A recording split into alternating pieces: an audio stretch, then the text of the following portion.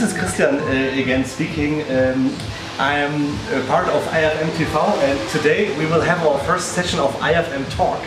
It's something new that we invented. The idea is the group is so big now. We have 30,000 members. Imagine, this is incredible. And we thought, let's give these people a face. You know, let's try to get to know our members. And today we thought, why not meeting up with two of them who are here today and have a small talk just about them, what they are doing here in Munich maybe, or what were their problems in the beginning, what they are doing in the group, stuff like that, just to give the members of the group a face. But let me mention something, let me say something before we start with the interview. Today was a special day for Munich. A lot of refugees arrived in Munich at the central station, and we from our group, we the admins and as representatives of the group, but for all the members in the group, because I know there are a lot of refugees also in our group, we want to say welcome to Munich. You are warmly welcome. We hope we can help you a bit with the group, communicating a bit with the people from Munich who are already in Munich. Yeah, that was just an important thing for me to say to you. Welcome to Munich, and we are happy that you are here.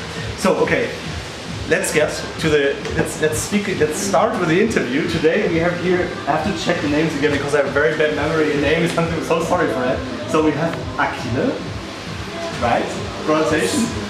Akile. Akile, oh my god. I'm so bad in pronouncing names. And B. Yes. Welcome. Thank you. Good to have you here. So I don't want to speak that much. Yeah, you are members of Ifm Group. You are internationals from around the world. Tell us something about you. Okay, my name is Akile, as I mentioned before. I came from Litauen almost a year ago. Okay. I'm working here. Okay. And cool. I'd like to stay here because during this year I made a decision that this is a country that I'd like to live. Okay. Because in my life I was in a lot of other places, countries. And what I really like is the German culture. Okay. So I have some little dream maybe to stay here and continue my studies. Okay. And maybe to get a career here. Okay, sounds interesting. When did you arrive in Munich? Last October. Last October, okay. So still quite new, 1 year, okay. Yes, okay. And I'm waiting. I look forward for Oktoberfest because I came before, after Oktoberfest. Okay. What a pity, but now it's coming, it's arriving soon. And unfortunately, I didn't buy this traditional dress because I said I'm gonna buy this that day when I decided when I can say that I'm really good at German. Because for now it's still hard. I know this problem. You know, I'm coming from Cologne. Oh no, now I'm saying that I'm not Bavarian. Okay, I am not. I'm from Cologne. And even for me, it's hard to wear these leather trousers. So I can understand this problem. Yeah, this is a little. Okay, sounds interesting. How about you, Game? Tell us something about you. I got here very recently, about a month ago. Just a month ago, yeah, so really new. Very new.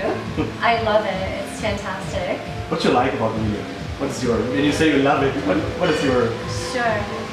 I love that it's very livable because I come from a very big city that's very hectic and very noisy and very dirty, but very fun and exciting. I see. And I wanted something that has elements of nightlife, culture, history, where you can go to the Alps and go hiking for a day, go paddleboarding on the lakes. Yeah. It's all very accessible. Exactly. And it's very livable. You can go to the Isar, yeah, something better, Isar for a night and go swimming. Yeah, exactly. And it's just a very livable city. You know city. that we had an event this weekend? Oh, yeah? We went inside the Eisbach. It's like a, how do you call it? It's like a side river of the Isar. And we jumped inside and it was amazing. Yeah. I saw more than 100 people sign up to go. Exactly, yeah. It was even more than 180. And we really had a lot of fun. That looked great. Yeah, right. Actually, there are so many things to do in Munich. Actually, that makes it so attractive to live here. Yeah, and you can be any kind of person and find something that's really good for you. Okay. If you really love outdoors, if you really like nightlife, if you're very international, both of us are very international, and there's so many people from all over the world. Yeah, exactly. That's the idea behind Munich International Friends, to bring together the people from everywhere in the world and the people from Bavaria, or let's say from Germany. They are not just the people from Bavaria. Okay, cool. Great to have you here. What would be interesting also for our members, or when I'm speaking with the people on the round table that we have every week on Wednesdays, just some advertisement for our round table, is have there been problems in the beginning that you had when you arrived here in Munich? Like, I can hear it quite often, but there's a big problem with finding an accommodation, for example, or stuff like this. Have you had any problems like that? Yes, when I came here, in fact it was not very hard in the beginning because of course they gave me a flat. Okay, that's good. But after this, when I was changing the job, then there will be a lot of difficulties with the new flat. And in fact, this is how I found this group. Because one of my international friends, he told me you should check on this group because sometimes there are some offers of Okay. And well, of course, I was looking for a couple of months, but it really helped me. Okay. This group was very helpful. Oh my god, that's good to hear. Great, amazing.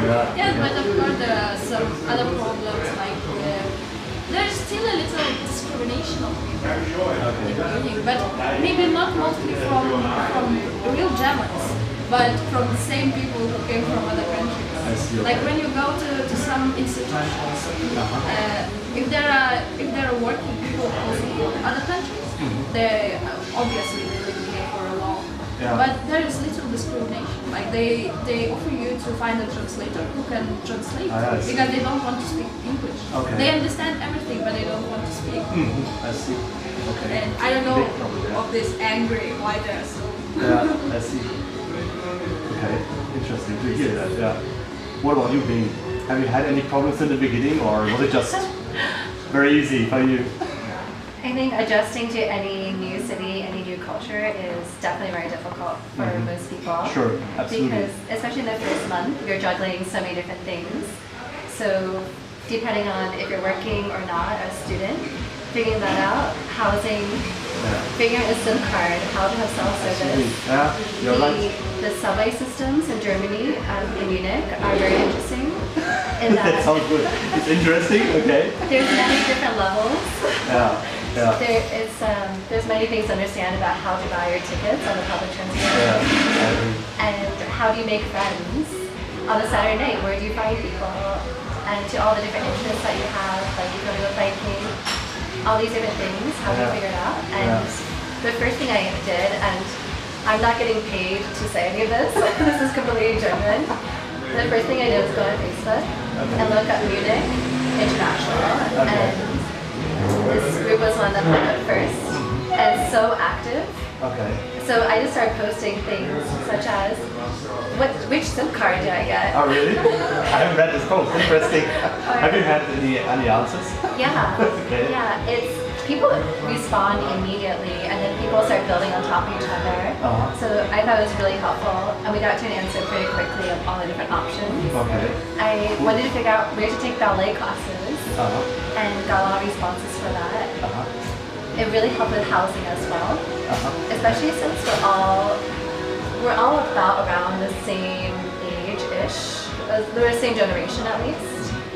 And that was really helpful. A lot of people said, oh, I have a friend, or oh, I can check this out. So that was really helpful. I see, okay. But yeah, the first month was very stressful because you're figuring out everything at once.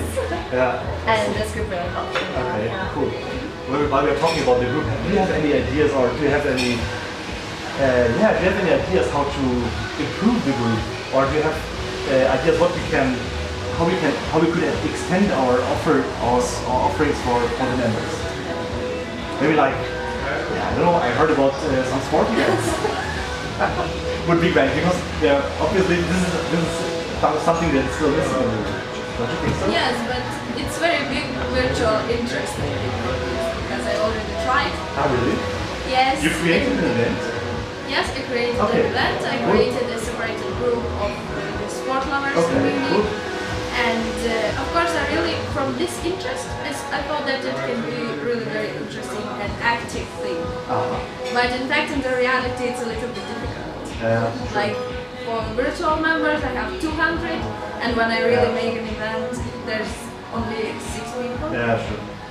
I know this problem, I know this problem. We have to work on it, but you know that we are using several items like a page, like a group, and we have also a Facebook page. Maybe we should talk about this again, how we can make it more famous, the event, that more people are showing up. Yeah. Do you have any idea what you could do? Yeah, there's something that I actually really love to have here. Okay. Back at home, we would have sports groups, so we meet up weekly. And I think it's great that currently the group has a lot of different events where you meet up once. But what if you had a sports group like soccer, for example, where you did it every single week? Okay. So back at home, we played American football, guys and girls. That's interesting, okay. And we would meet up every week and play. Sounds cool, yeah. And we would play against other teams. And then after we would go drinking. Okay, that sounds amazing, yeah. So we became really good friends. Okay. And I think that actually the coherency keeps that dynamic going, and people show up every single week because you become friends. So yeah, we should really think about this. That's a good idea. Yeah. These are good ideas, absolutely. Okay, so we already talked a bit. Now the last and maybe the most important question is what is your favorite, especially for the new ones who are coming to Munich, you are still quite new, but what's your favorite place in Munich, or let's say in Bavaria? What a hard Do you have question. any? It's a hard Let me question, see. yeah. There are some, no? I can say that my favorite place so far has been Wank Mountain. Okay. It's by Garmisch Partenkirchen, okay. Partenkirchen. This is a very difficult name. Yeah. We went there the day before the swimming, which is why I didn't make it to the swimming. But we went there, and it took 2 hours to get there. And for someone who's not from this area, I go to the Alps and climb the Alps. Okay. It was cool. It was definitely not the easiest climb. I see, okay. They said 2 hours, it took more about 4. Oh, really? But once we got to the top, there was a music festival. On top? On top of White Mountain, there was a music festival. Oh, okay. And Interesting. the landscape was gorgeous. You could see some of the highest mountain peaks in Germany. Okay, cool. And there were cows, wild cows. There were cows, okay. And there were people camping overnight. And other people parasailing off the mountain back into town. Okay. It was just gorgeous. It Amazing was place. incredible. Okay, we have to go there, everybody. Okay, Aquila, how about you? What is your favorite place in... I can't separate this favorite place. Okay. Because for me, as for environmental planet, this is everything is beautiful. You know, like the nature, everything, a lot of green areas. Like not in a lot of countries you can see this, or Western countries. Okay. So usually this is big cities, and even in Munich, in the center of the city, you can see a lot of green areas. So this is very nice. You have a lot of beautiful parks. Huge parks, like English park. Yeah. It's huge. Yeah, it's amazing. Yeah. I hear that the size is like a Central Park. Yeah, New York. exactly. New York. Yeah. Yeah, so compare the cities. Yeah. This is amazing. Okay. So she's really a fan of Munich, obviously. Okay, we are already in the end of the IFM talk. Thank you so much for having participated today. It was a first try. It was our first IFM talk. Thank you, Aquila, and thank you, Bing. Oh my God, my memory is so bad. It's good, thanks. It was a pleasure to talk to you. Thank you so much. Thank you so much for having joined our first IFM talk. Hope to see you soon again. Maybe next week we'll have the next one. I can just say, join our international roundtable every Wednesday at 7. We are changing the locations every week. This Wednesday will be at oh my God, I forgot the name. Check it out. You'll find it in the group. There are the events. You'll find the link and you will find the location, I'm sure. Thank you so much and see you soon. Bye. Ciao. Okay, you are recording.